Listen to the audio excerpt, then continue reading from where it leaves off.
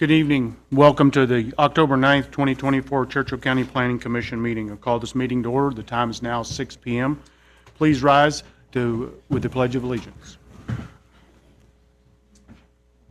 I pledge allegiance to the flag of the United States of America and to the republic for which it stands, one nation, under God, indivisible, with liberty and justice for all.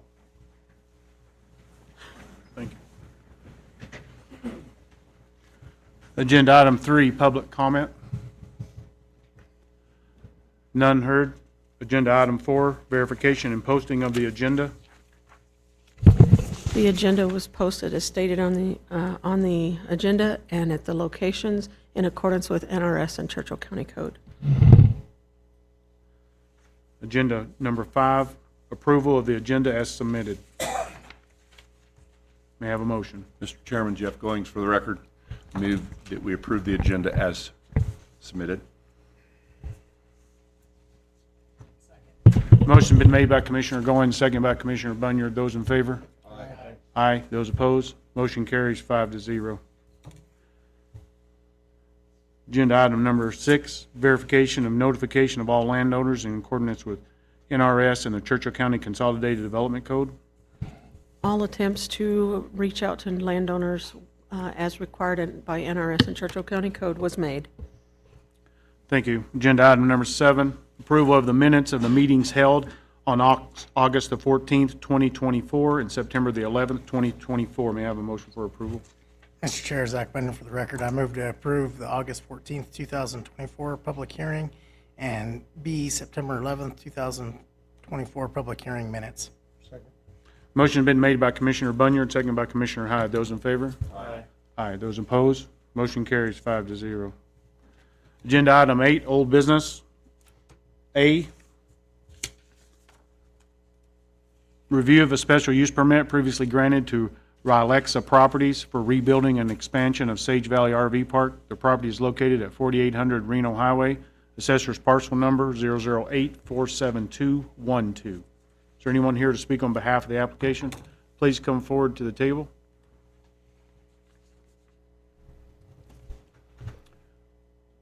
You touch one of the red lights there, it'll turn green. State your name and business address for the record.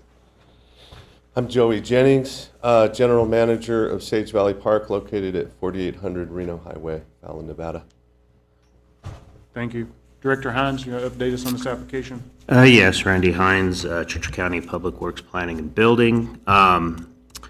We got an email from Mr. Jennings giving us an update on the project, and he states that they've solely focused on the west side portion of the RV park.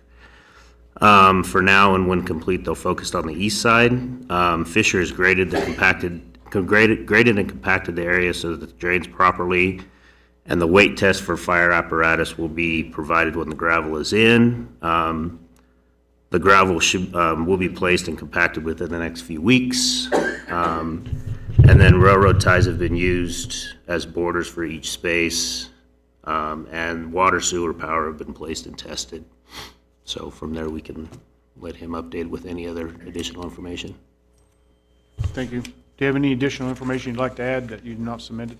Things are going well. We have a little bit of hang up with the septic tank. We have to, Marty Ugaldi, as an engineer, is upgrading the septic tank that's there. We thought it was good, but it's not. We had a leak, so we're working on that diligently. Nothing's hooked up to it right now. It was just natural water testing. So that's a little bit of a hang up, but the grading and compaction is just about done. Once the tank is in, then we can start working on the east side. So, Do you have a projected completion date? I would say April 1st is probably a good projection date to be completed with that whole project. Okay. Yeah. Think Commission have any questions or discussion? Jeff Goings, you're saying April 1st for the completed project or just the west side? The completion of it, and that includes the dumpster enclosures. There's a few things that we'll do while Fisher Excavation is doing the RV park itself, we'll get those other items taken care of. So I think April 1st is safe, you know, that's our goal. Yeah. Is there any other questions or discussion? None heard. I ask for a motion to approve, extend this for one more year or deny. Mr. Chair, Zach Bender for the record. I move that we approve another year for the completion of the project located on 4800 Reno Highway, assessor parcel number 008-472-12 for Sage Valley RV Park. Motion has been made by Commissioner Bunyard, seconded by Commissioner Goins. Those in favor? Aye. Aye. Those opposed? Motion carries 5-0. Thank you. Thank you, Commissioners. Thanks, Randy. Agenda item 8, old business B, renewal of a temporary use permit for temporary quarters during home construction previously granted to Latricia Dean for residing in 2 RVs. Origination date is 9/14 of 2022. The property is located at 17323 Lahontan Dam Road. Assessor's parcel number 006-12223 in the RR20 zoning district. Is there anyone here to speak on behalf of this application? No one present. Director Hines, the office said that they failed to do something on time that triggered the denial. Do you have any update on that? You were provided a copy of the response from the building department regarding the inspection for the placement permit that had previously in the last October meeting, the building department said that the placement permit inspection failed. And so I checked again, and they never did call for another inspection. And they never got the placement permit completed. And I did try to reach out to Latricia Dean, and I did not get an answer on the phone call, on the phone number she had provided. Okay, thank you very much. With that being said, there's no one here to represent and the permit is not compliant.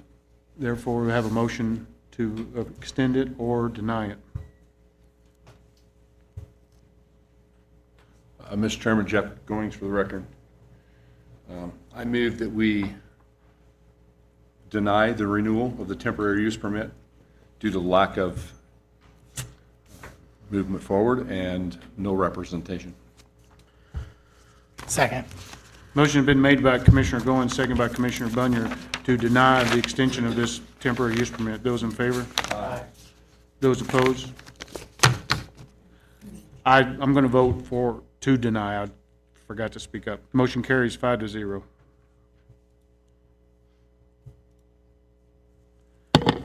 Agenda item 9, new business. A, special use permit application for milk cheese processing filed by Ted Christoff of Monarch Milk.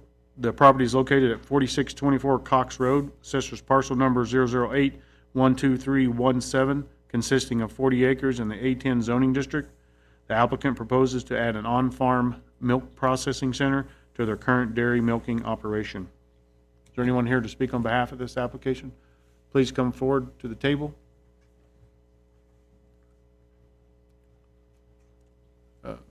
Hit one of those red lights, it'll turn green. State your name and your business address for the record.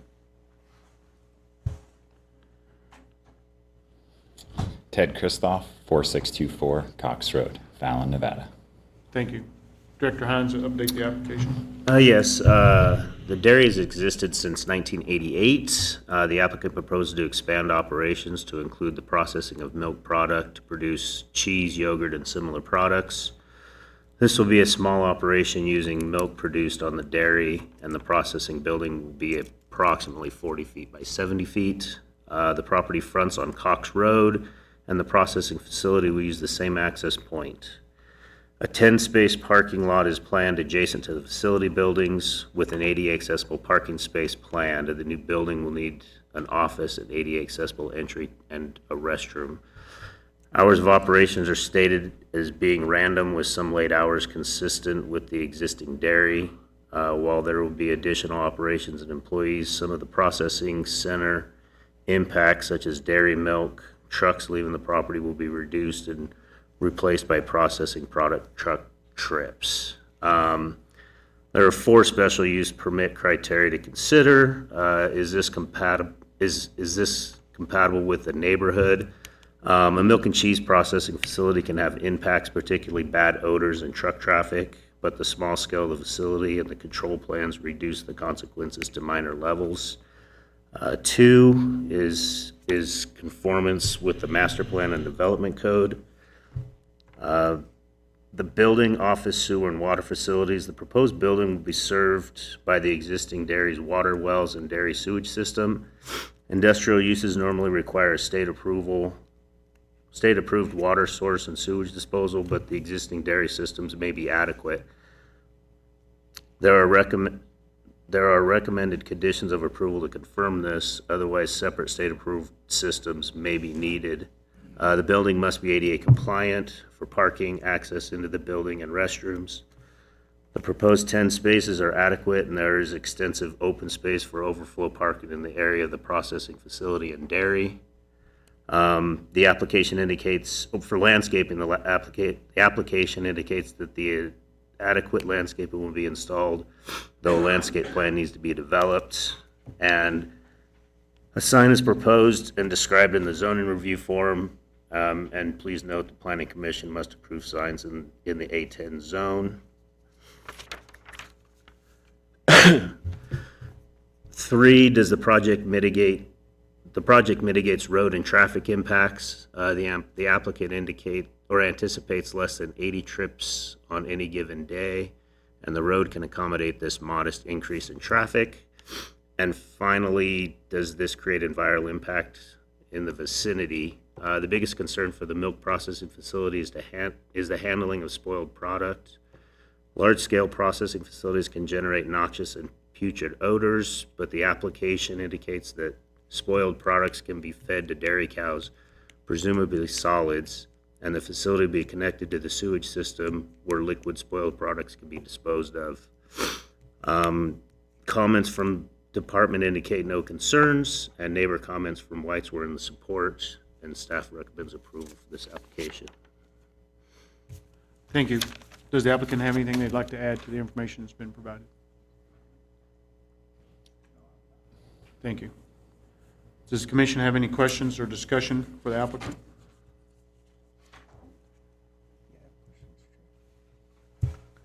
Hi, Vic Ansotagi for the record. The only question I have is with that waste, how can it be fed to the animals? I mean, like, how do you turn it into a solid and feed it to them? Just a brief description so that I understand that it's not just going to build up and be sitting in a giant pile. So like, for example, if we had I'm trying to think of a scenario, but let's say we have a cheese scenario where we produce some cheese. The only way that would expire or be in a position where it wouldn't be for human consumption would be through a processing error or potential culture issue with adding rennet, for example, unusable for human consumption. So the moment you turn it into cheese, or in this particular scenario, if it was a spoiled product, it's no issue to feed to dry cows and heifers. The issue of spoilage is going to be more in terms of whether it's fit for human consumption or not. If certain expectations within the plant are not met, then it does not meet PMO standards, which is the standard for all milk processing in the United States, and therefore can't be sold to humans. If there was another scenario like yogurt, for example, it's kind of the same situation where there'd be an issue with the process of rennet or the process of cultures adding that didn't meet expectations, and so therefore can't be sold for human consumption. As far as anything spoiling or going bad, that would have to be like a failure of an electrical system, in which case if we go over an hour without meeting this threshold of a certain temperature, each product has their own temperature requirement, and if that's not maintained, then we have to dispose all of it. And the easiest way to do that and the quickest and fastest is just to feed it to the cows. So the probability is very low that you would have an accumulation of waste that would basically be rotting on site. Extremely low. Okay, And the grand picture of everything else that's going on, if I were to get to the point where I'm processing all 5,000 gallons a day, which would be absolutely amazing, I would love that as a business. The perspective of 5,000 gallons it is very, very, very small in the comparison.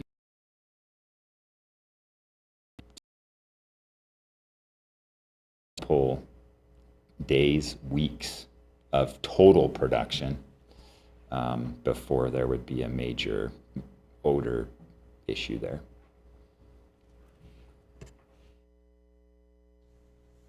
Any other questions or Yeah, discussion? Mr. Chairman, Mark Hyde for the record. So you don't foresee that there would be retail on site? You're processing these products and trucking them out, like cheese and yogurt? You're selling those wholesale? So my goal is to do more direct-to-consumer rather than wholesale.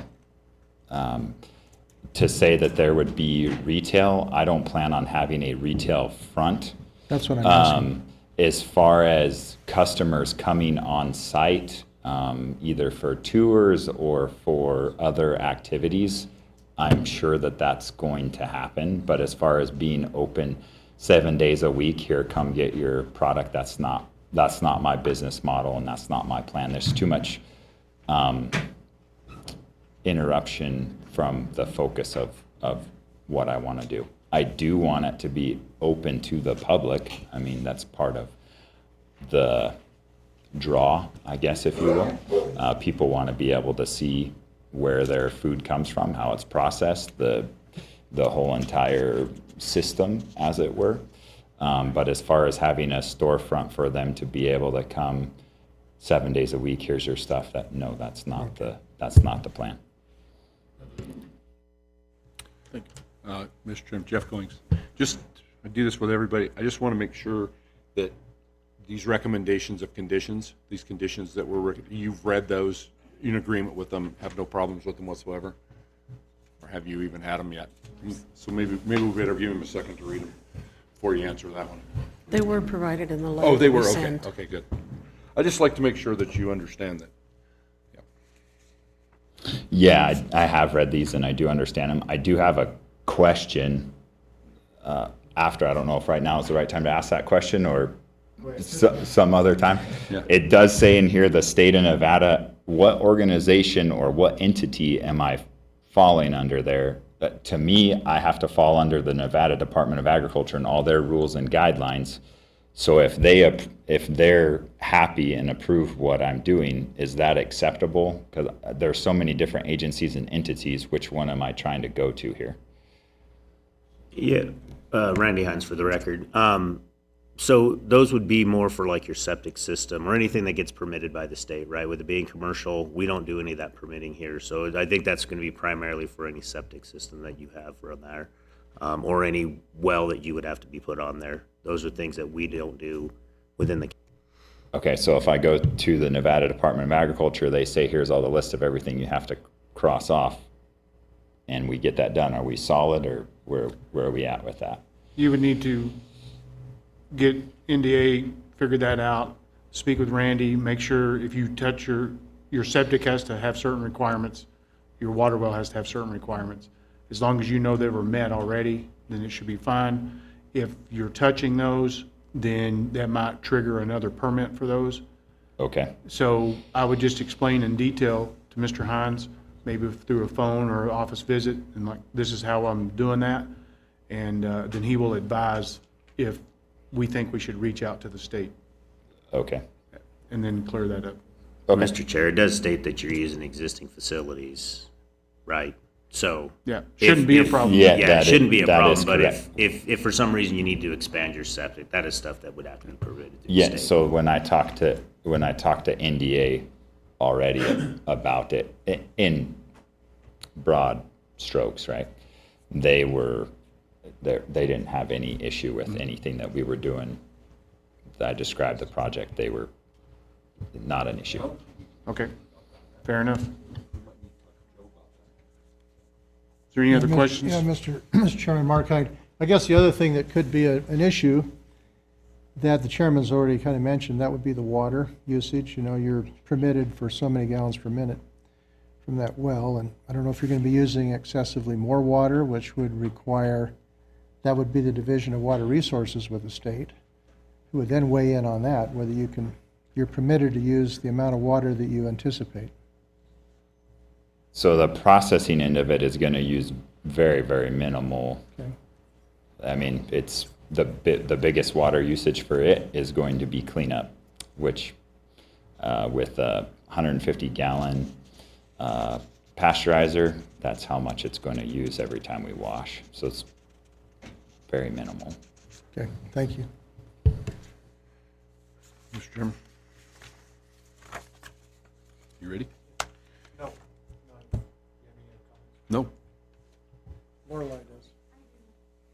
Lorelei Lubarton, Churchill County Code Compliance Official for the record. The two departments that you're going to want to look into is going to be the Nevada Department of Environmental Protection. They're going to handle the commercial part of the septic system. And then the other part is going to be Division of Water Resources, which will handle the well and water usage. And potentially Nevada Central Health District, depending on the circumstances with the septic system. Thank you.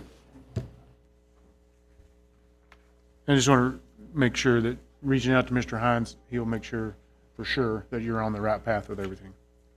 Is there any public comment concerning this matter? None heard. Ask the commission for a motion of approval or denial. Mr. Chairman, Jeff Goings, for the record. Based on the information provided in the application, the staff report here tonight, I move to find the criteria found in CCC 1608080H have been met, and therefore approve the special use permit for Monarch Milk at 4624 Cox Road. The approval is subject to the conditions. Yeah, approval subject to the conditions as listed in the staff report. Motion been made by Commissioner Goins, seconded by Commissioner Hyde. Those in favor? Aye. Aye. Those opposed? Motion carries 5-0. There's a 10-day appeal period, and at that time, the planning department will reach back out to you to complete the process. Thank you. Thank you.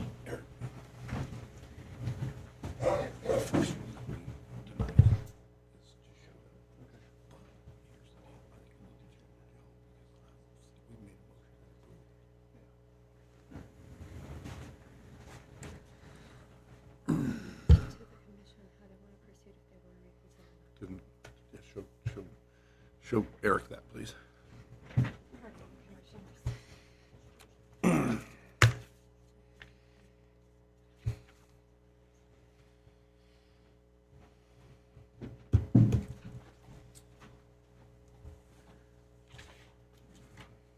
Okay, we're going to go back to agenda item 8B for Mrs. Dean. Mrs. Dean, please stay seated. Your case has already been heard, and you were denied due to lack of production and lack of being here. And I'm going to ask the commission if anyone wishes to reopen this case. If anyone wants to reopen the case, we will hear the case. Otherwise, it has been closed. So no commissioner wishes to reopen this case, so therefore the permit's been denied, and you will need to talk with Mr. Hines with the planning department at a future date to discuss how to move forward. We will now be continuing on with agenda number 9, new business B, application for a variance from the additional 30-foot residential setback requirement filed by Shannon Family Trust. The property is located at 4815 Schindler Road. Assessor's parcel number 006-17115, consisting of 5.3 acres in the A5 zoning district. The applicant proposes to reduce the required 60-foot setback to a 40-foot for a new metal building. Is there anyone here to speak on behalf of this application? Please come forward.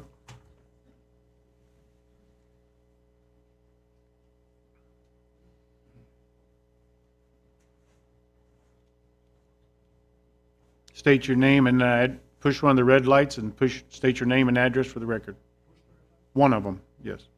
It should turn, there you go. My name is Vince Channon. And your address? The address is 4815 Schindler Road. Thank you. Director Hines? Yes, Randy Hines for the record. This application requests a reduction of the 60-foot road setback to approximately 40 feet to build a shop. At the time of the home was built, the setback was 30 feet, and the home was placed approximately 40 feet from the easement. Since that time, the setback has been increased to 60 feet, which is described in the detail in the staff report. The applicant requests to reduce the setback to match the existing home, which would be 33% setback reduction. The staff report reviews the 4 variance criteria, and no issues were identified. It also describes the reason for setbacks, Of note is that the larger setbacks are most needed for homes, and there's little benefit for the shop having a larger setback than the home. Comments from departments indicating no concerns, and staff recommends approval for this.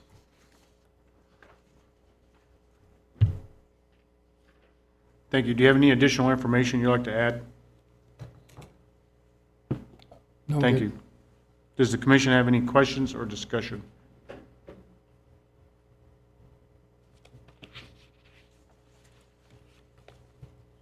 Is there any public comment concerning this matter? Please come forward to the podium. There should be a microphone there, flashing red. Touch one of the red lights. Green, state your name and address for the record. Arthur Johnson, and live at 4338 Horseshoe Drive.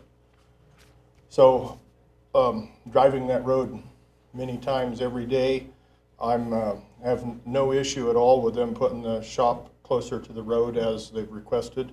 My only concern and request is that there be a driveway from your existing house to the shop so that you're not entering the road and going off of there at a slow rate of speed. I'm very concerned about your safety and the safety of your animals and your wife. And, you know, the speed limit is 45, and we drive that road 45 to get to where we're going. And when you come out on the road and go 300 feet down and back in, it just increases the danger level. And if you have a driveway between one spot and the other on your own property, you won't have to do that. That's all. Thank you. Can I comment on this? Yes, please. I do not plan on driving those 300 feet or whatever it is. I like to walk. And if I ever have to use a wheelchair, that might be a different story, but I hope that's a little bit down the road. Okay. So no, I'm not planning, I can walk down there, we go down there to feed the horses, which, you know, they occupy the same space there, and, yeah, we're not driving there. Okay. Thank you. Is there any other public comment? Please come forward.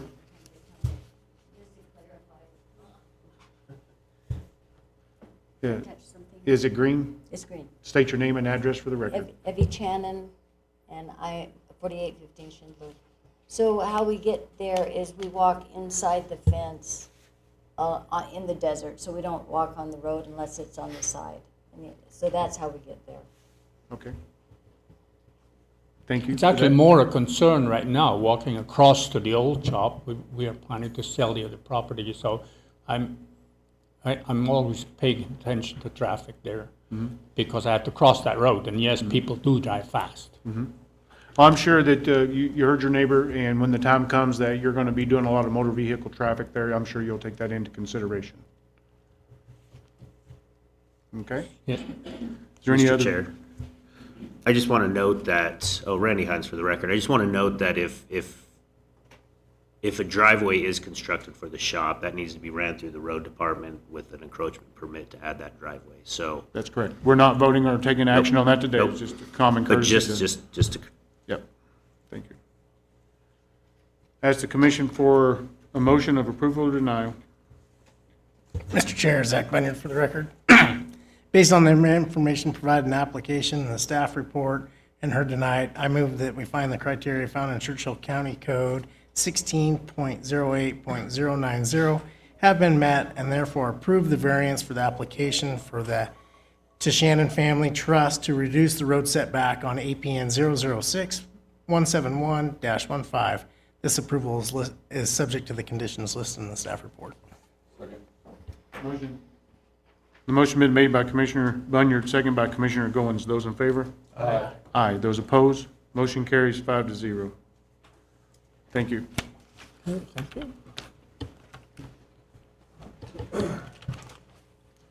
Agenda 9, new business. C, temporary use permit application for temporary quarters for a caretaker filed by Kenneth Nyrich and Jason Latham. The property is located at 1790 Heidi Road, assessor's parcel number 008-17503, consisting of 1.0 acres in the E1 zoning district.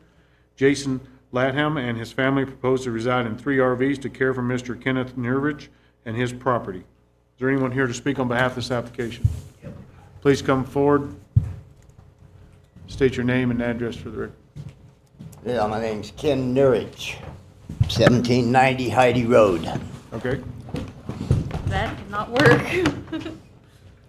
To let everybody know I got balls enough to talk Hang on. for myself. I don't have to go behind people's backs.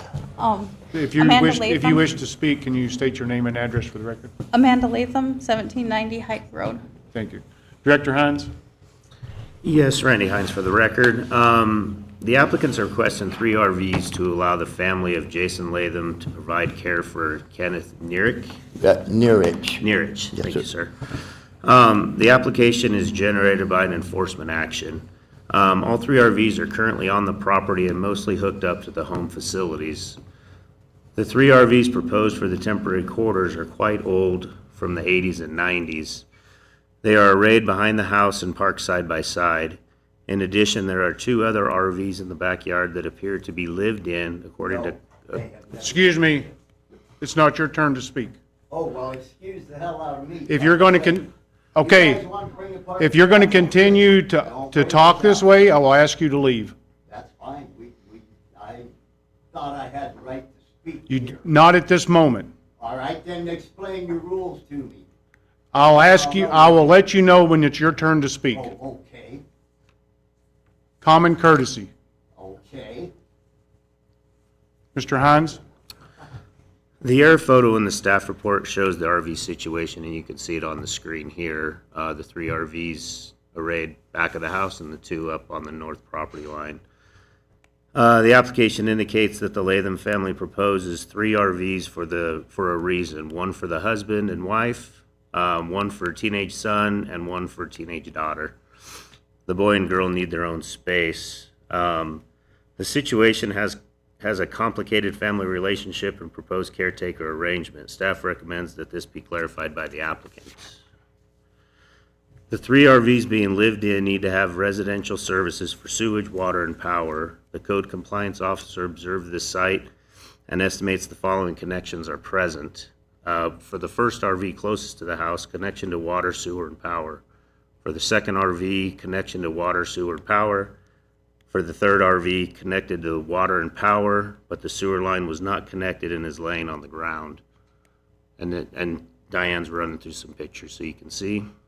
The RVs have an above-ground setup of sewer collection pipes that combine the flows and then feeds them into a single line to the house's septic system. Excuse me. The caretaker TUP criteria includes the need to care for someone who is aged. Kenneth, I apologize, Nyrich, sorry, is over 70, which meets that criteria. In addition, county code allows additional considerations when the use will otherwise be incompatible with other existing uses within the same general area or will constitute a nuisance or will overburden improvements or facilities.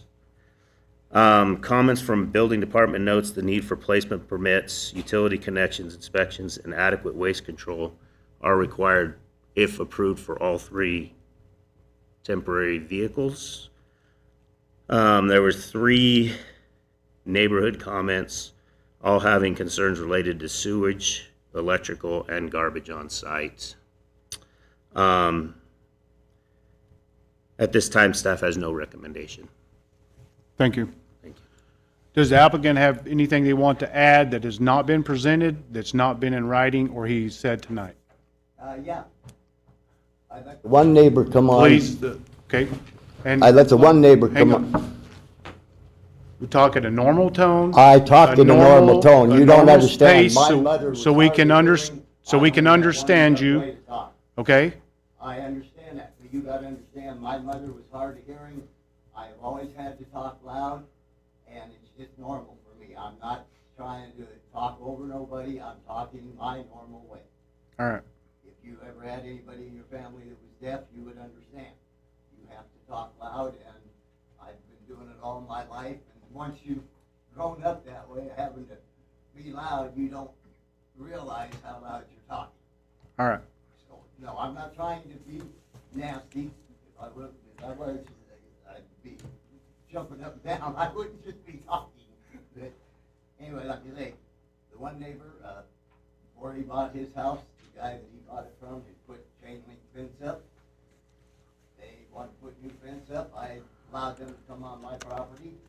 Supposedly their fence, which was on their property, was going to be taken down. Now I'm getting told I have to pay to take it down. I don't feel that that's right. It's not my fence, not my property. We're only here to talk about the caretaker permit. All right? So fine. Yes, whatever I am a disabled- pertains to the permit. I'm going to explain, I am a disabled Vietnam veteran. Yes, I have PTSD. And I cannot control PTSD. You probably know nothing about PTSD. I'm familiar with Don't PSD. control it. Okay? Don't control it. So, like I say, you want to get into this, I'm trying to get into what's going on that everybody's bitching at me about, that I didn't put this shit on the property. So why should I pay to take it off?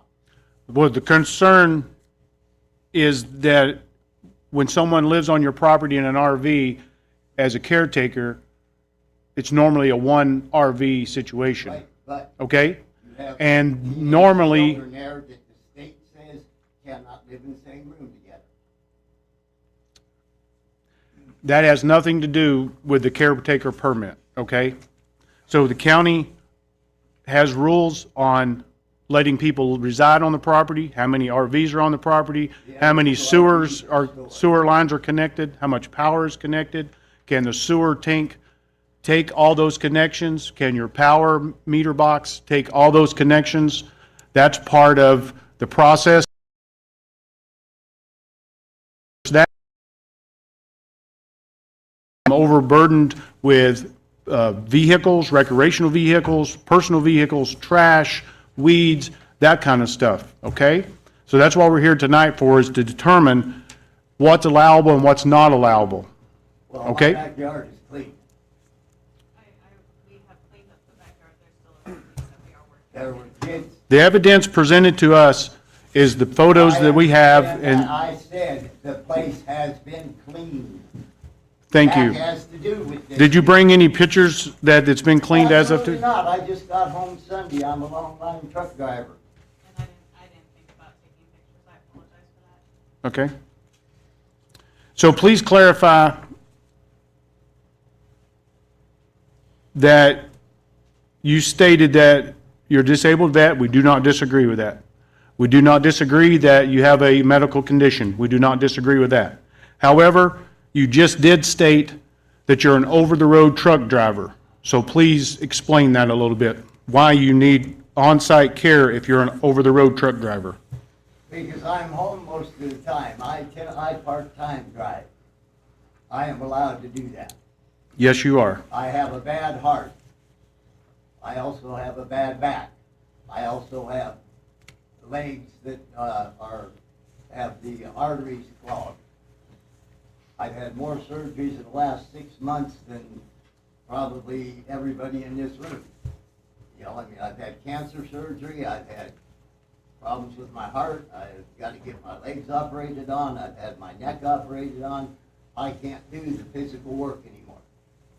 Okay? Do you have anything else you'd like to add? Right at this time, no, I have nothing to listen to anyway, so. Miss, do you have anything you'd like to add? Thank you. Does the commission have any questions or discussion about this matter? Yeah, Mr. Chairman, this is Jeff Goings for the record. So, sir, I'm going to reach out to you because I'm very, very confused when I start to read this. According to what I'm reading in the documentation here, is you have a house and your daughter lives with you? No, my daughter does not live with me. Okay. She spends part-time here, part-time in Washington with her husband. Okay, okay, so you do not have anybody living in the house with you? She stays temporarily for a couple of weeks at a time, and then she's back up in Washington. And that your daughter is that Cheyenne? No, that's my granddaughter. Okay, so Cheyenne is your granddaughter. I guess what I'm trying to figure out here is it looks like we've got a lot of people living on one property to take care of one person that is the only person that seems to be working. There's only one person takes care of me. That's this young lady right here. And you are?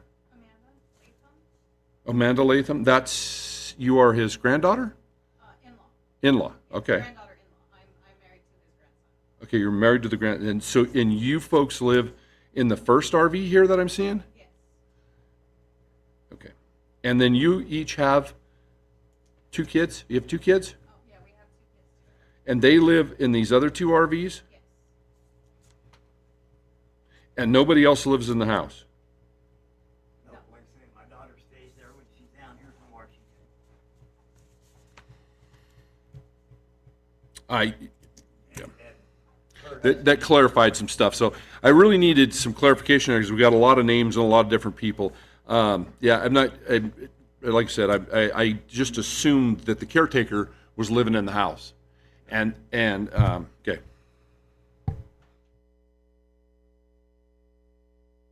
Is there any other commission questions or discussion? I got maybe a little clarification. When we've approved these in the past, it's only been for 1 RV. This would be an exception to the rule to allow 3 RVs, correct? That's correct. And if we disapproved it, do you have the means, I mean, if you could still become a caretaker here and find another place to live or not? On top of which her husband's just been transferred to Washington, they're waiting to, because who he works for with Les Schwab, to advance, they have to go out of state. He's trying to get everything set up there, and then the whole family will be moving up, and I'll be getting somebody else to come take care of me. And I mean, everybody says this and this and this have nothing to do with this hearing, but as far as who's in the house, it shouldn't matter. That's my personal business. That's my personal domain. Correct. And I don't think we had an issue with anybody in the house. It's the 3 RVs outside of the house. With that being said, so if you guys are moving on.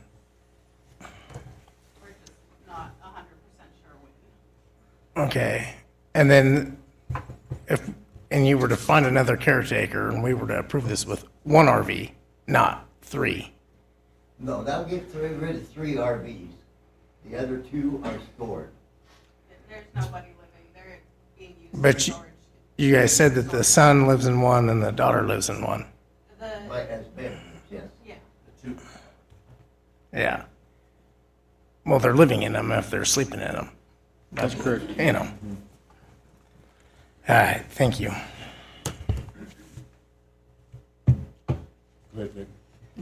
Churchill County Code Compliance Official, for the record, Lorelei LeBaron. When it comes to the 2 RVs that he's speaking of, there is a total of 5 on the property. 2 are not being used, and they are used partially for storage. And then you have the 3 that are being allegedly occupied. Thank you. Vic Ansotigi for the record. Sir, I just have one question. First off, thank you for your service in Vietnam. Second question, is there any way you guys could downsize to just the 1 RV that is usually the standard for a caretaker? Go to prison for having a boy and a girl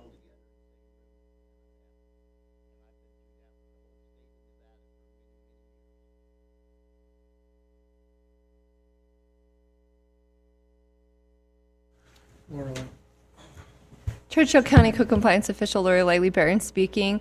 I believe what he is referring to has to do with the Division of Child and Family Services.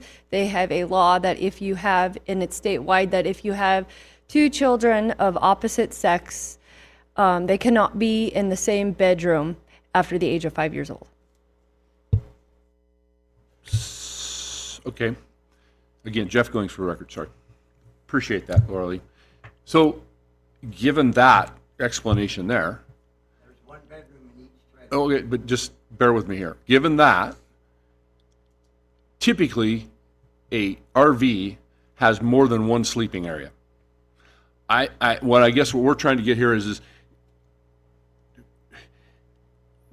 typically we do one, and we're thinking maybe you could do two. Why can't one of those teenagers move in with you folks, and let's get another RV out of there, and we do this on a 6-month, so that it gives you just enough time to get yourself situated in Washington. I guess what I'm saying is I don't understand why we have 3 RVs when we have enough capacity to handle Okay, the folks that you now, have. if I can try to explain this, because I'm the one.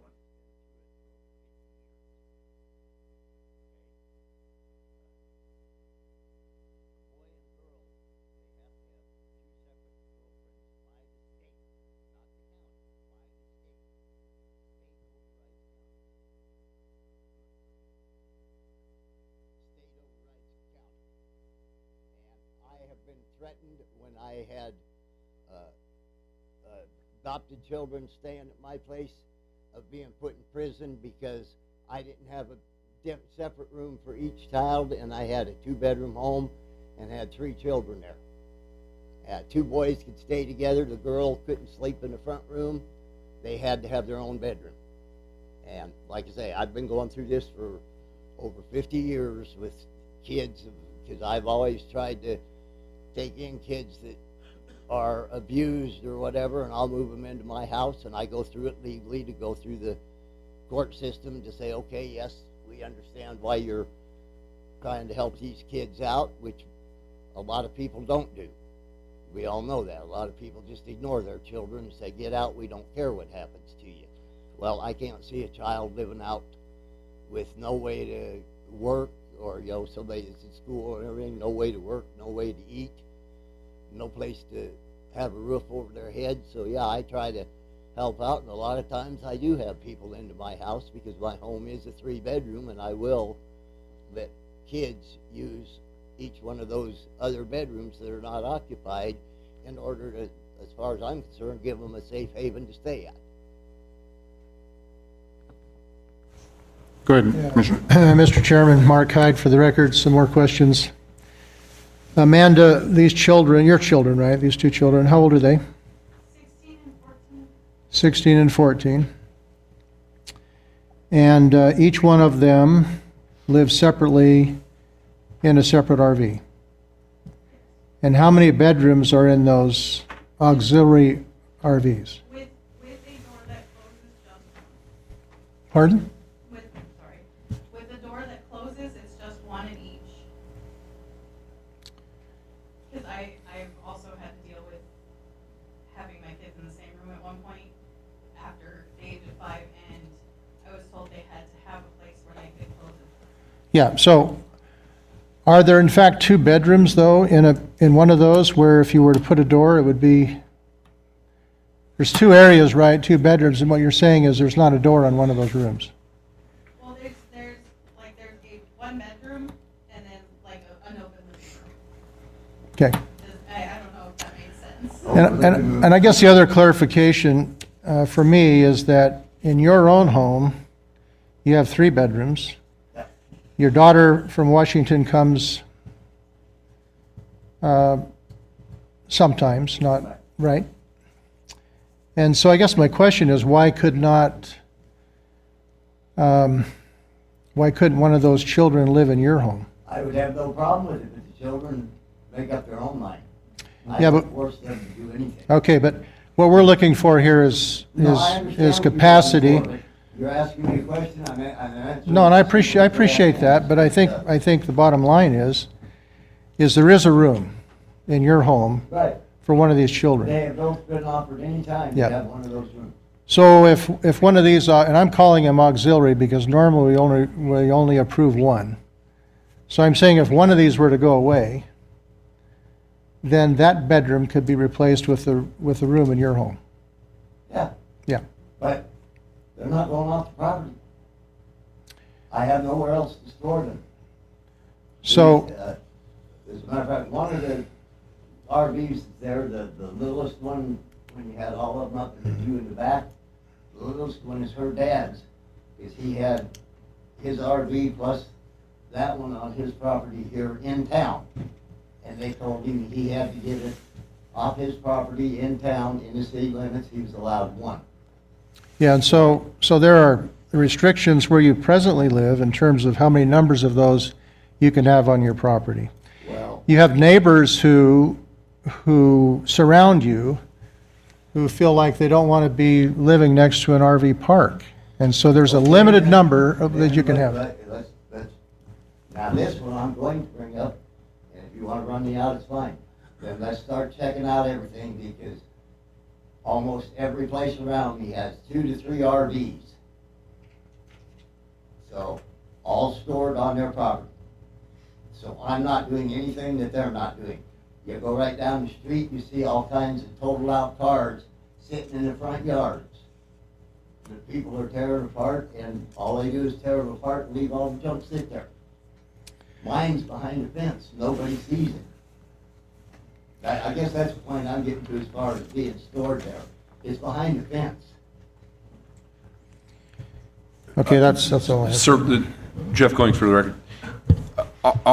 What we're here doing as this board is we're making a decision on the special use permit. Everything else that you're talking about is not on this, this is not what we're looking at right now. We're looking at. Why am I being asked to get them off my property? We are making a decision on a special use permit as to the number of people that can live in these RVs. That is what's before this board tonight. That's the decision we're making.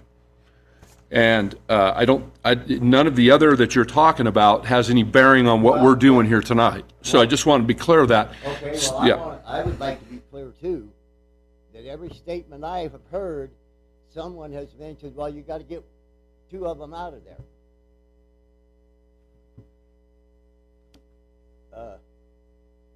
That does have bearing on what's going on all around. A caretaker permit is issued for one RV for someone to live in or a family to live in to take care of the person living in the home, or vice versa. The people in the home take care of the people living in the RV. We do not and we won't approve an RV park. We won't approve It's not 5 an or RV 6 RVs, multiple connections. That's the issue at hand, okay? Yeah, I know what That's the issue at hand. okay. Is there any other discussion or questions from the commission? Do you have Mr. Chair, anything else this you'd is like to Joe add? Sanford. No, just how do I go about splitting my property and I'll build another home? Joe's on. That's the question that you can speak with Mr. Hines about. Our legal counsel is not here today, but he is on the phone, and he is going to speak on this matter. Deputy Sanford? Mr. Chair, I just want to inform the commission, as far as the regulation about the splitting of children, children over the age of 5, those are regulations issued by Division of Child and Family Services. They apply for children who are in foster care or being provided care. That typically would not apply to parents who are just raising their own children. I just want the commission to be aware of that it's not a legal violation issue. Just so that the commission is aware. Thank you. Do you understand what the comments were made from the deputy attorney? Yeah, but it's like the sheriff come out and told me you can't do that. So, Okay, that's between you, the sheriff, and the attorneys, but I just want to make sure you understood what he said. Okay. I'll call for public comment at this time. Please come to the podium. There's a microphone there. Touch the red light to make it green. State your name and address for the record. You'll have 3 minutes. Jason Salisbury. I live to the north of 1790 Heidi. It states in the proposed action that Jason Latham and his family reside in 3 RVs to care for Kenneth and his property. I'll give you a brief history of what I know about the people living in the backyard of 1790. Looking at GIS, Esri imaging, they've pretty much showed up, even though I was there, but it's easy to date, February 20th of 2023. Amanda had filed in December of moving her residence from like Bailey Street to the 1790 deal. I can confirm that because I have a note written by Cheyenne Costa on February 10th. She states that she's my neighbor and her dogs got into my backyard. The dogs dug under my metal fence. Later I found that they attacked my 4-H lamb, which was not stated in the note by the neighbor. The attacks from their dogs required us to stitch up the ears and the face and everything. Being a good neighbor, I did not file a police report, but my daughter was devastated. Initially, in February of 2023, 3 trailers were set up. 1 large trailer, which was the residence for Jason and Amanda. 2 smaller trailers were set end to end, which were occupied by Cheyenne Costa and 2 younger boys, which I assume are related to Jason Latham or Amanda. I found out later that one of the boys lives around the corner on Caleb Street, but stays at the 1790 Heidi Road. At this time, we have 5 individuals occupying 3 trailers on the southwest corner of the property. Kenneth, can't say your last name, Jamie Jurgens and Jason Jurgens occupied the 3-bedroom home at 1790. I really didn't have any concerns about the trailers in the backyard or the living arrangements with the neighbors. It wasn't a problem because Jason Jurgens kept the weeds down and he kept order in the backyard. Fast forward to 2024, I don't remember the exact dates or months, but I do know that Jason Jurgens received a promotion with Les Schwab and moved to the state of Washington. This was the time the new family showed up after his departure. The 2 smaller RVs that are not licensed were moved to my fence line, and to say the least, they are an eyesore. They are not used and diminish my home value, and unlicensed. I will provide photographs. The 2 smaller RVs were replaced with 2 larger RVs, leaving 3 larger occupied RV trailers and 2 smaller unoccupied trailers. Jason Latham and Amanda were living in the farthest west trailer.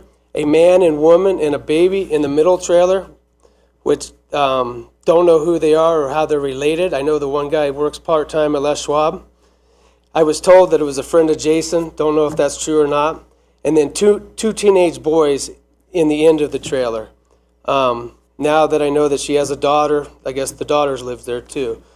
And then you would also see some, from time to time, Cheyenne Costa from time to time, and that would be 7 to 8 people in the backyard with an occasional 8 with Cheyenne showing up. Jamie Jurgens and Kenneth occupy the house. This is when I noticed a downward slope of homeowner care. Mattresses, sofas, and trash were being scattered around the property. Tumbleweeds would collect garbage throughout the backyard. They literally had passed through the tumbleweeds to their trailers. Time. Yeah. 3 minutes is up, thank you. Can I provide this Yes. just- statement? Our Is there- son is there any- licensed, those trailers were all permanent license. Thank you. Is there any other public comment?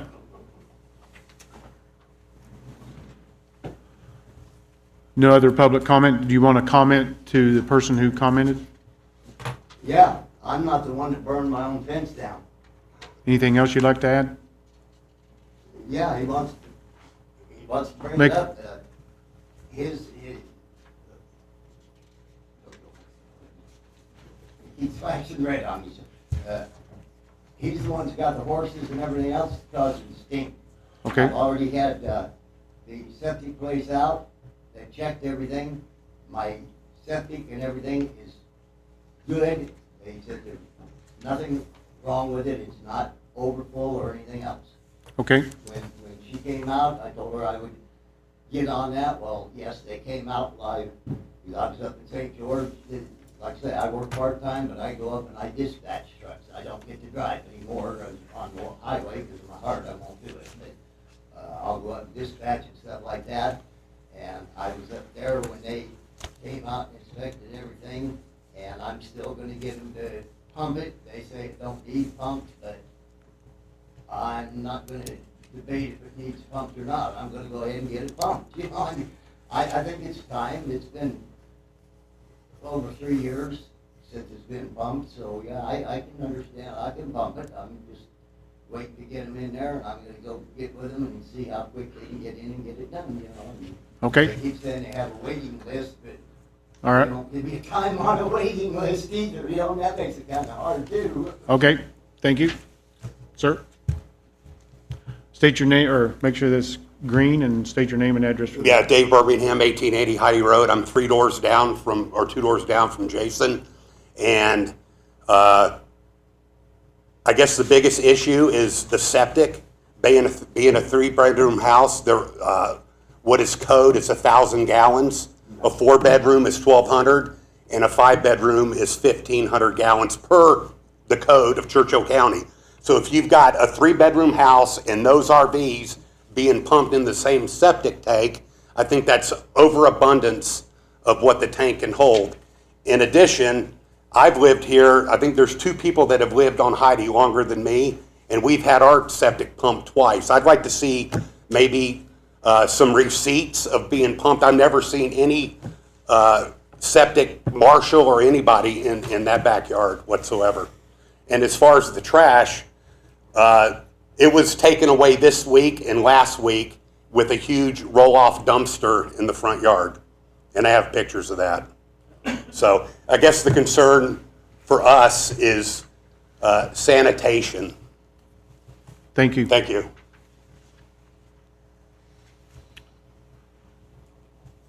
Do you have comments to his remarks? Yeah, the only thing I can say about that is according to, what's the septic place's name down here? Marshall's. That is bigger than a 1,500 gallon tank. Now, I can't verify that because I'm not the septic people. Okay, thank you. They pumped it when I first bought the place, and at that time, they also told me, they said, you've got a big tank there, it's not a normal 1,500 gallon tank, so somebody had put a bigger septic in before I ever got the place or whatever. I have no idea. All I can do is go by what Marshall tells me. Okay, thank you. Sir?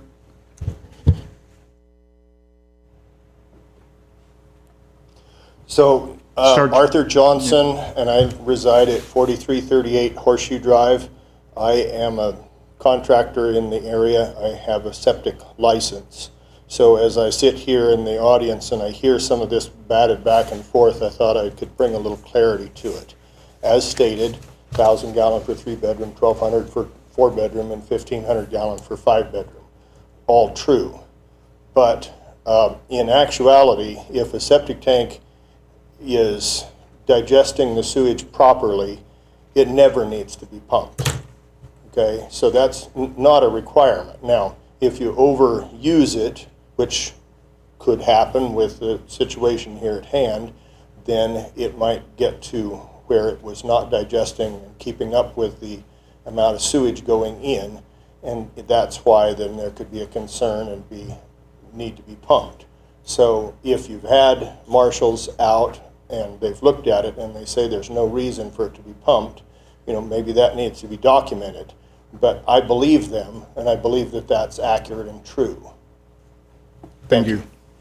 Thank you. Do you have a comment to his remarks? Like I say, I mean, all I can say is I can only go by what Marshall tells me, and when they tell me it's bigger than a 1,500 gallon, I have no idea. I'm not gonna bring a backhoe in or something to dig it up to try to see how big it is, I can only go at their word. I understand. And I'd like to say, when I first bought the place, back almost 10 years ago, that's when they first stated that somebody else, one of the other landowners, had put a different septic tank in and put a bigger one, but nobody ever did tell me how big it was. Okay, and just so you know, since we have no proof, that's just all hearsay, and we cannot Right. use that to factor into any of our decisions, okay? No, I understand. Thank you. I understand. I'm just making the comments that I can make that of what has been told to me, and like I say, I can't verify it. Okay, I mean, if I was a contractor, then yeah, I could probably verify it, but I admit, I'm not a contractor. okay. Is there any other public comment? I can't say 2 seconds, right? No. Anyone else? Does the commission have any other discussion or questions? Yes, sir. Yes, Commissioner Goins? Yeah. So, Mr. Chairman, Jeff Goings for the record. So I have a couple more questions I want to ask you folks, and then we'll look at, so after some public comment here, I got to look at that picture a little better. If I'm looking at this right, you have a 3-bedroom house. That next RV due east of there looks like it's a fairly good size RV, that one right there. and you're telling me that that RV only has one bedroom in it? But, just a second, let me clarify. It may only have one bedroom, but one of your children could live with you in that room, correct? One of your 2 teenage children could live with you in that RV. The other one could live in the house. And now you have a caretaker with one RV. You follow where we're going with this? Okay, I cannot see any reason to have 3 RVs because you have teenage children that are needing their own room. I'm having a real problem with that. The other thing that I just want to make sure that everybody understands where we're headed here. We are only looking at a caretaker special use permit. All of the rest of what is the discussion is going on here has no bearing on what we're looking at right now. We're looking at that. Why would we need 3 RVs to caretake for one person? And that's where I'm at with this. Well, the only reason I did it was because of the way the law was stated to me, that better to have a separate bedroom for each one, because each one of those RVs is only a 1 bedroom. And, so, you know, I mean, We understand. We understand that, and as you know, the living arrangements, how many people, that's none of our concern. Our concern is only, do you qualify for a caretaker on your property? And is it one, or is it none, or is there other circumstances, okay? So, want to make that clear. Is there any other questions or discussion? If there's none heard, I ask for a motion. One quick question. Okay, go ahead. So whether we approve or deny, do we need to stipulate that we're only approving 1 RV if we were to approve? If the commission decides to approve the temporary use permit for a caretaker, then we need to state in the motion how many RVs you're approving, has nothing to do with the people, okay? If we deny it, it's just a denial, and then it would go, if there's other issues, it would go to the code enforcement office.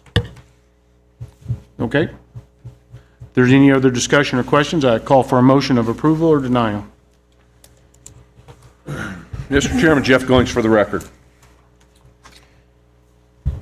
Based on the information provided in the application and the staff report heard tonight, I move that the criteria found in CCC 1608070 have been met for 1 RV, and therefore approve the temporary use permit application for Jason Latham at 1790 Hyde Road, APN number 008-17503, and this 1 RV is still subject to the conditions listed in the staff report. Do I have a second? Second. The motion's been made by Commissioner Goins, seconded by Commissioner Bunyard. Those in favor? Aye. Those opposed? Aye. Motion carries 4-1. There's a 10-day appeal period, at which time the planning department will contact you to complete the process. Thank you. Do you have a question? I did, I was just gonna ask. Okay, just a little bit. But I think that'll be clarified for me, about just disconnecting, or if we had to remove them. You need to speak with Director Hines, and he will make sure that he gives you a list of everything that needs to be done on the property to be compliant with the county code. Okay, And then it should take the heat off from everything else. thank you. Yeah.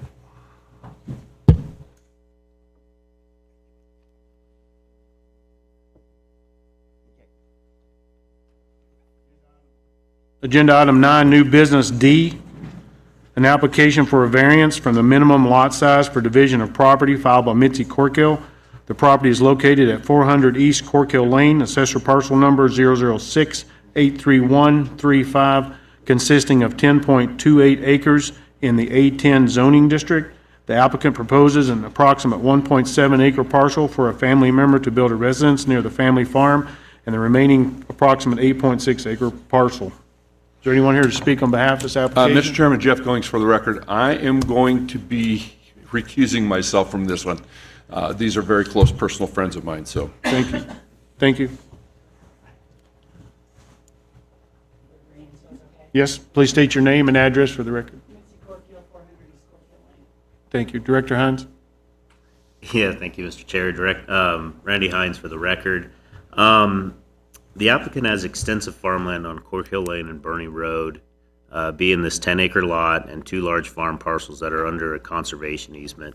Conservation easement allows some number of additional homes to be built, but the financing would have to be under the Cork Hill Brothers name. The applicant wants to provide land for her daughter to build a house with her own financing. This application is submitted to split the existing 10-acre parcel, A10 zone, into 2 small lots, one approximately 1.7 acres and the remainder of it 8.6 acres. The exact size would be determined during the parcel map survey. The smaller lot would result in an 83% reduction from the standard. The larger lot would result in a 14% reduction from the standard. The lot split would create 2 non-conforming lots, which would require the variance application to be approved. The reason for the large lot size in agricultural zones is to prevent or stop the parceling of productive agricultural land into small residential lots that brings non-farmers in close proximity to farming practices that they may find objectionable, complain about, and at worst attempt to impede.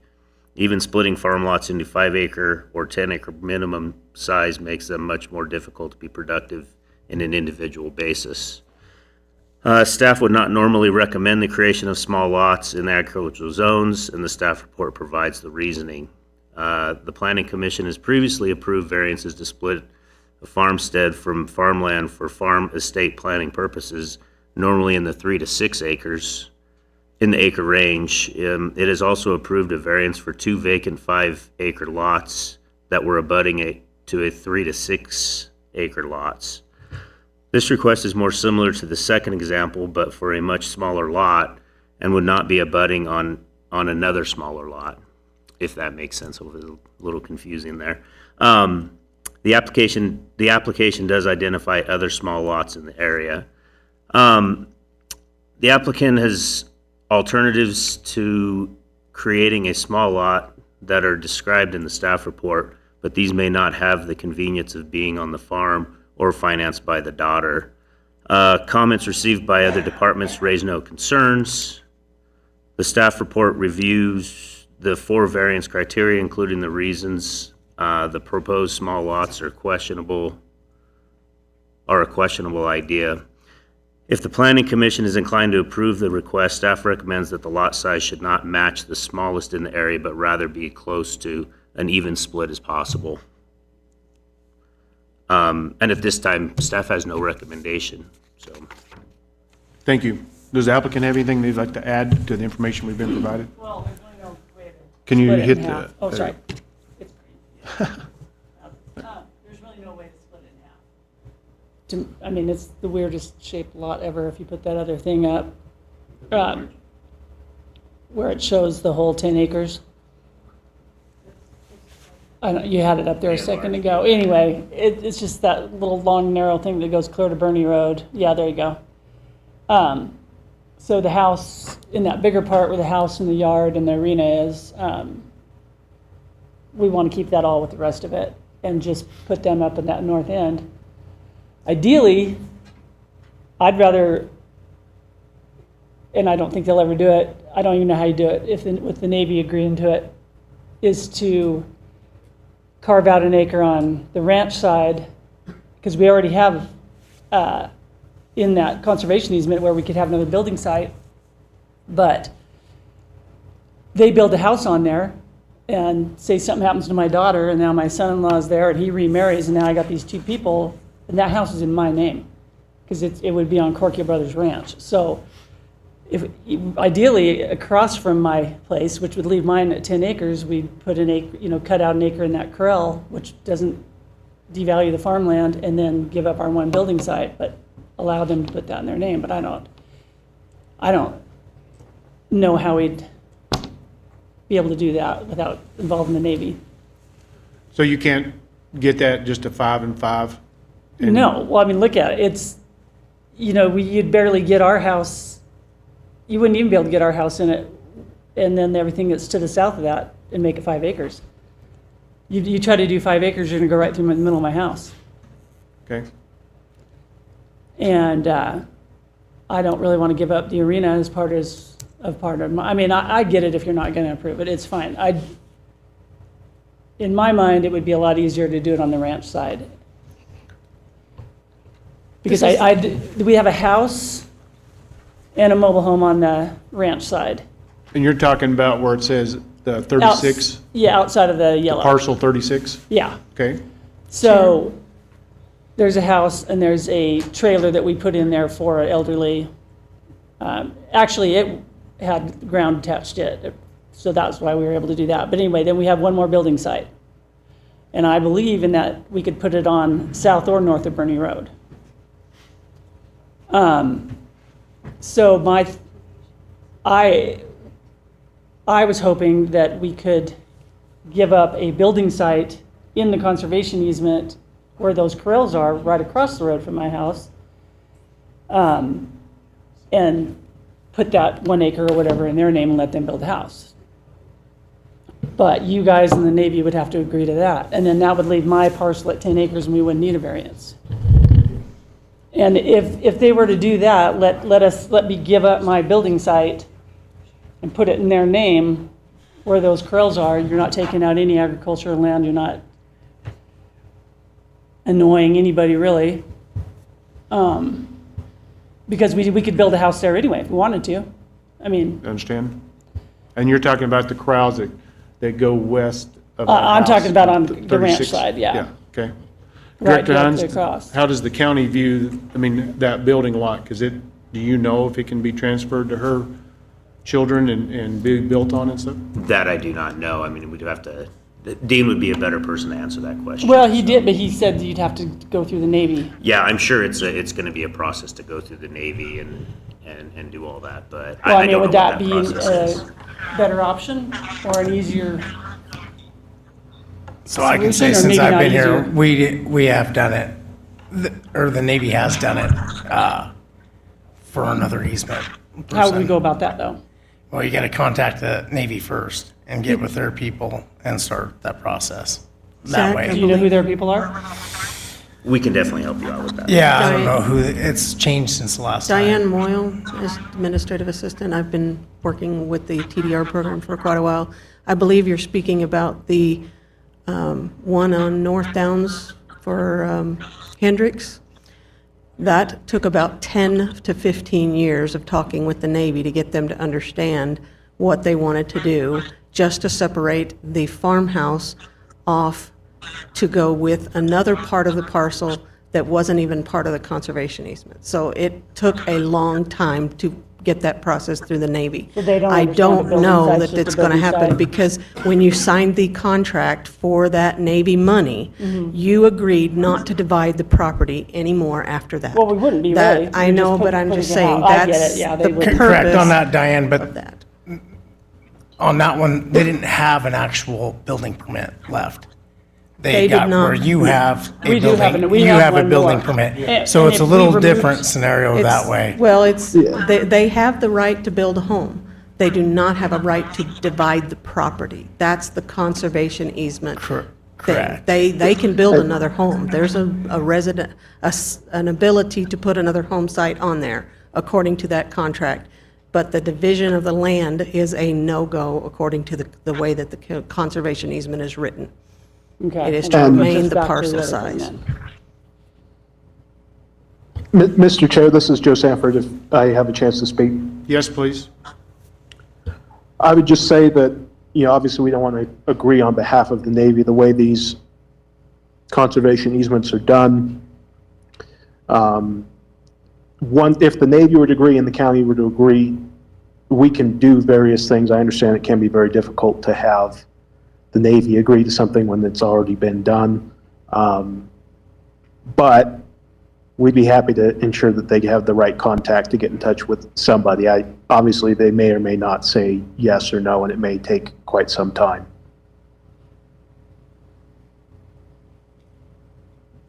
Thank you. Is there any other discussion from the commission or questions? Splitting that off into such a small parcel it's tough for that area. Right. You understand, we don't have to give an explanation. Well, it's pretty narrow too. I mean, I don't, And then, so would you entertain maybe tabling this item for 30 days and talk to Director Hines and Yeah. see if you can even accomplish a phone call? And to get 100%. some, I'd get some much rather indicators? do the other thing, honestly. Yeah, and get some indicators of the direction maybe? Okay. And then that keeps it open, where you could come back and then we can talk about it again. Or your other option is just request to be closed, and then we close it and you start over with us if you have to come back for that same piece of property. That would Does she be, have to pay another $300 to reapply, or you leave it open, so we're still under the same Yeah, I application? think we're leaving it open. yeah. Okay, so we can leave it open for 30 days and then do some fact finding and then come And then back. somebody will give me the information to contact the Navy? You can give me that, or? Yes. Can you reach out to her maybe tomorrow or the next day? Okay, yeah, I'm good with that. You guys are all right with that? All right, thank you. Mr. Chair, can I just suggest that if we table it to a period of time where the applicant and/or the planning director bring it forward? Because it may take quite some time to work something out with the Navy, and I don't want to come back in 30 days just to hear that we're still working on it. So like 90 days, 120 90 days, Yeah. Mr. Sanford? Right, if you table it for 120 days, the applicant or the planning director could bring it earlier. I understand. Yeah, we're not in a big rush, so. that Okay, would work. so we'll just, the applicant has requested to table this motion. Do I have a motion to table I move to approve the table. for a period of 120 days. 120 days? Do I have a second? Second. Motion's been made by Commissioner Bunyard, second by Commissioner Hyde, that we table this item for a period of 120 days. Those in favor? Aye. Aye. Those opposed? Motion carries 5-0. Thank you. Thank you. Agenda 9, new business E, temporary use permit, application for temporary quarters for hardship caretaker filed by Terry and Diana Edgman. The property is located at 1770 Sheckler Cutoff, assessor's parcel number 008-63108, consisting of 30 acres in the A5 zoning district. The applicant proposes to allow their son to reside in the RV on the property to act as a caretaker for his parents in the agriculture property. Please come forward if you'd like to speak. The microphone is on. Just state your name and address for the record. My name's Terry Edgman. I live at 1770 Sheckler Cutoff. Thank you. Director Hines? Yes, thank you, Mr. Chair. Randy Hines for the record. The applicant's request to establish a caretaker quarters for the applicant's son to live in an RV in order to assist in parents with care of the farming property and daily tasks.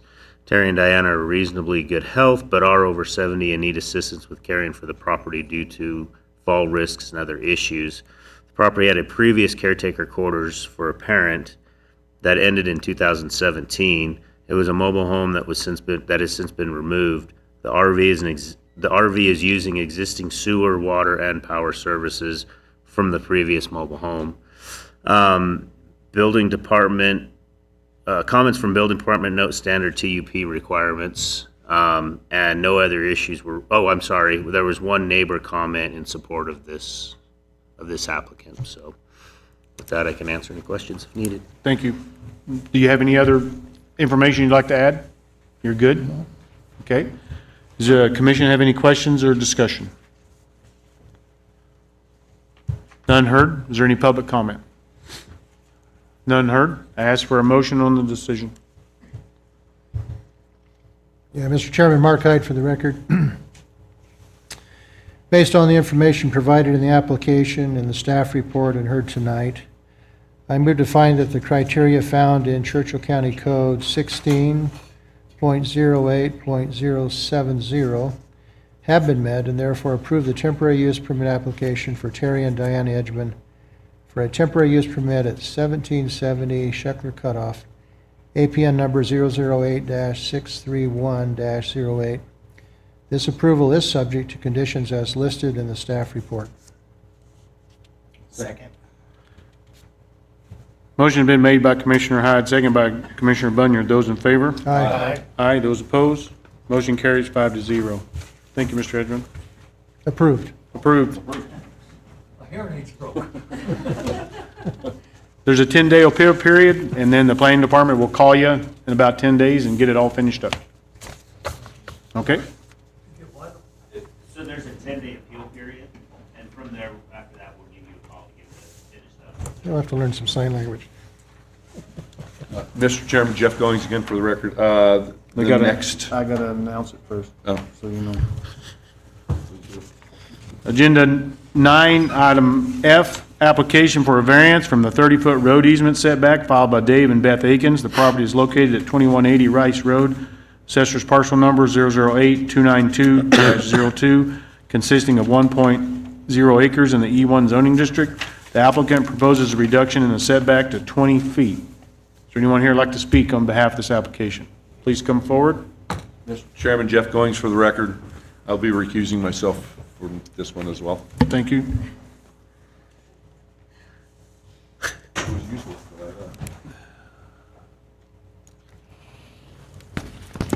Beth Akins, 2160 Rice Road. Thank you. Director Hines? Yes, thank you, Mr. Chair. Randy Hines for the record. The applicant seeks approval to reduce the road setback from the required 30 feet at this location to approximately 20 feet in order to place a movable RV carport parallel to the road easement serving the 3 abutting lots. And as you can see, that easement is in green on the screen.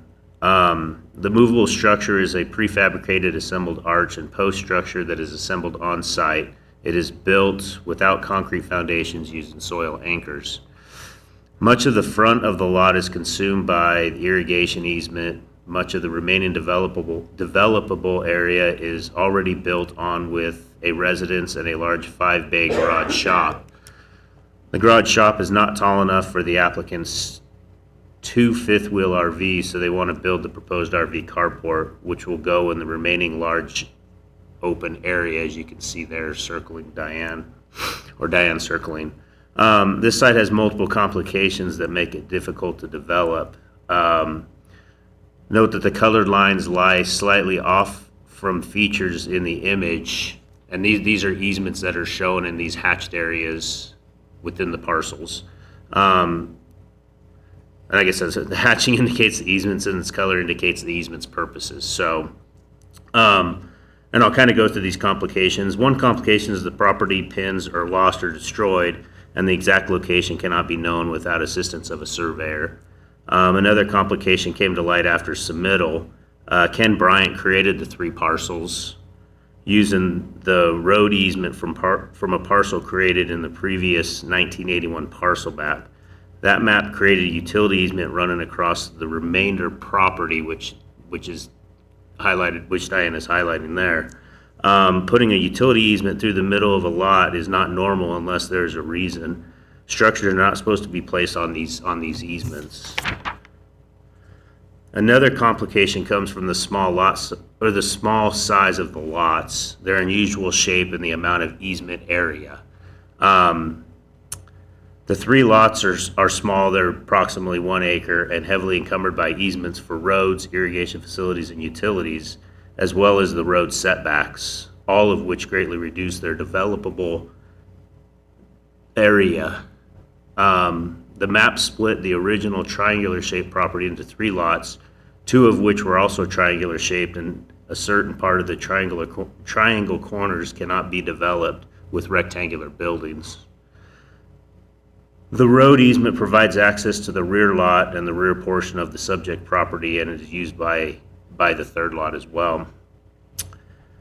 The staff report reviews the 4 variance criteria and finds no issue other than the fact that the county should not be party to issuing permits for buildings built on easements. In this case, the utility easement crossing the property.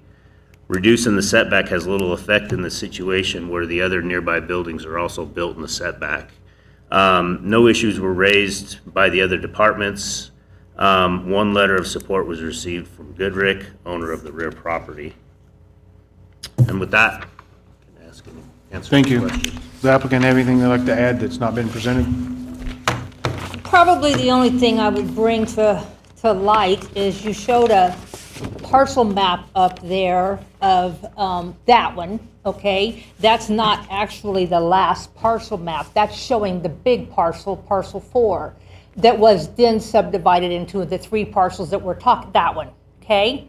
On that map, which was done in '85 after the other map, it does not show that horizontal easement because, as an easement for utilities. And that's because the power company told me they don't have an easement going horizontally. They don't normally, like he said, they don't normally do horizontals. So I contest that maybe the first map, that was just somebody drawing a dotted line across that thing. But this one does not show an easement going across it. So do we, Mr. do we know Chair. what's recorded? Yeah, so basically, the original map does show that easement, right? This one, That and one it, does and it's just showing it, but it's also, that is the line for the lateral the section line. section Yeah. for the, yeah, so I'm saying that I think somebody just drew those little dots by mistake, but anyway, the second one does not show Correct. that that's an easement, and that is the latter map that was recorded. Correct. But this map also doesn't indicate that abandonment of that easement either, so that easement would If carry. it was an easement, yes. Yeah, that easement, and it was stated Yeah. on there that it was an easement on the previous map, so. That one does. And that one Yeah. states it right there, so even though it's not shown, and that's the lack from the surveyor, right? Yes. It's still there because it was never been abandoned. So that's why we have concern with that. That's why we still show that easement in there, because it's never been abandoned, even though that secondary map doesn't show it on there, so. Okay. Have you brought any proof that the utility easement's been abandoned, or? No, I never knew the utility. The thing is if that utility easement is there, which Randy's saying it is, it goes through the middle of my house. So I built my house there 40 years ago, and nobody said anything about an easement. That house, the second one, not that one, yeah, that one. Yeah, That one would be going through it, and nobody ever proposed this at that time. Nobody, I guess, maybe didn't know it was an easement, I don't know. But I know my house goes through it, so. So I can That would follow be a up with that, problem. Mr. Chair. Another complication, and I didn't read this one, but it's a good thing you brought it up. So another complication is that the road easement in question was established in 1985. All homes on the 3 lots were built in the 70s and the 80s, with additional structures built afterward. Most of the buildings were built within the road setback, within the buildings at 2160 Rice Road being built very close to the easement line. While setbacks have existed since 1973, this probably came about because nobody realized there was a road easement and assumed it was just a driveway without an easement. So again, being back in those days, it's just, not knowing what's. Technically, 2170 probably is closer to easements than my house. Yes. So the whole thing is just, Prior to moving forward, I think we got to get clarification on that utility easement. Does it exist or does it not exist? Well, I called them to interview, they say they don't have one, but, or that they don't want one, so I don't know, how do you continue abandon something that nobody knows? I don't know. Does the county need a surveyor to survey to prove that it doesn't exist? How can we prove that it I doesn't exist? don't believe we need a survey. It should be a recorded document on the title. Yeah, we'd have a record. I think if you went to a survey and had it surveyed, that easement would show up in the survey. Mr. Chair, this is Yes. Joe Sanford for the record. Yes?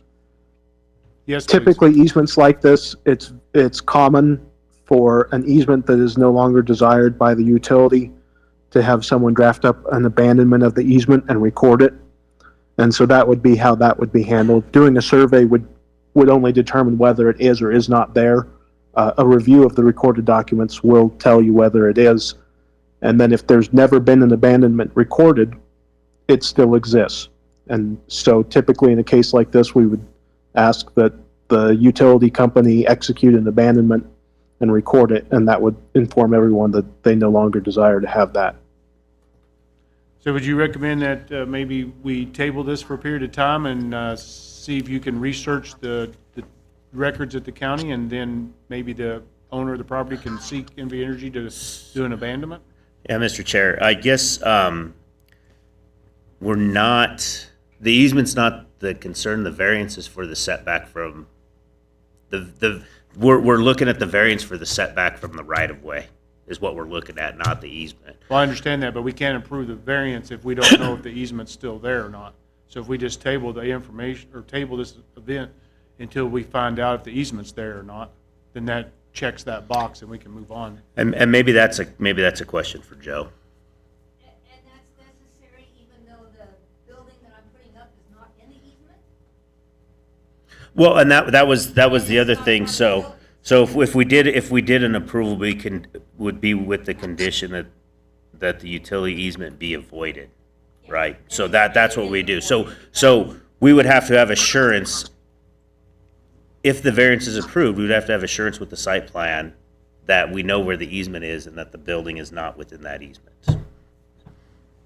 Or we get it abandoned. And now maybe Joe can follow up if he deems necessary. Deputy Sanford? No, I think what Randy was saying is appropriate. We can look at it. Ultimately, these types of things are usually done by the homeowner if they feel like that's something that would be beneficial to them. The setback is kind of an additional issue to whether the easement is or is not there.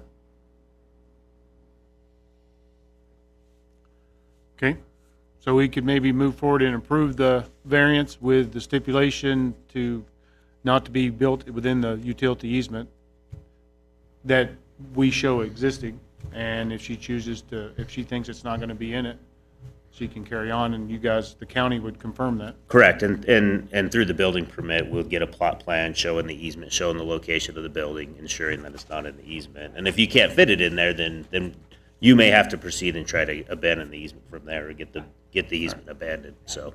Thank you. Is there any other discussion or questions from the commission? Is there any public comment? None heard. Ask for a motion of the decision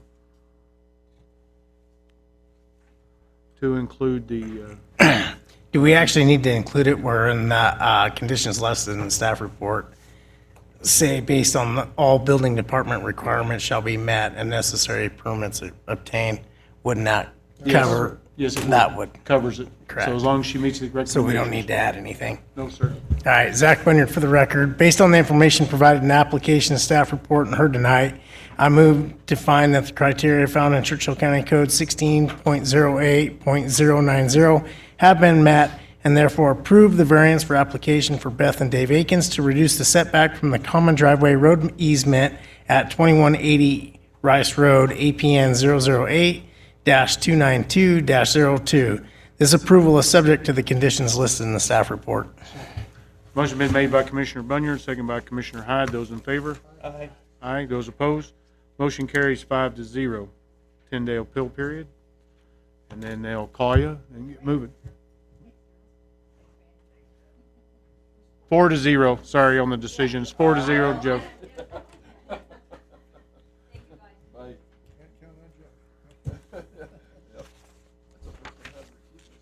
Just in case I didn't clarify, on agenda 9D, it was a 4-0 vote also.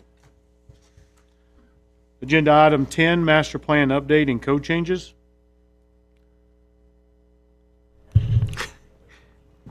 Yes, Randy Hines for the record.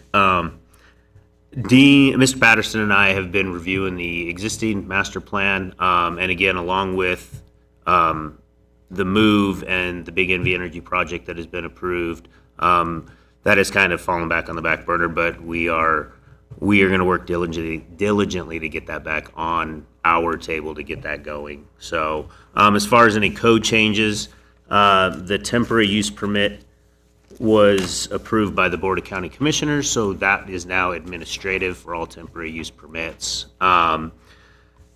Joe, Mr. Sanford, Mr. Patterson, and myself still need to finalize still need to continue to work on the landscaping, the screening, the containers, stuff like that. We want to get that incorporated into the code change as well. So those are just ongoing tasks that we need to get back in the front burner and continue on working, so. Okay, thank you. Agenda item 11, consent agenda. Can I have a motion to approve the agenda estimate, or the item estimate? Zach Bunyard for the record. I move to approve the consent agenda. Motion been made by Commissioner Bunyard, second by Commissioner Goings, those in favor? Aye. Aye, those opposed? Motion carries 5-0. Agenda item 12, public comment. Is there any public comment? None heard. Agenda item 13, meeting is adjourned, 7:39 PM. Thank you.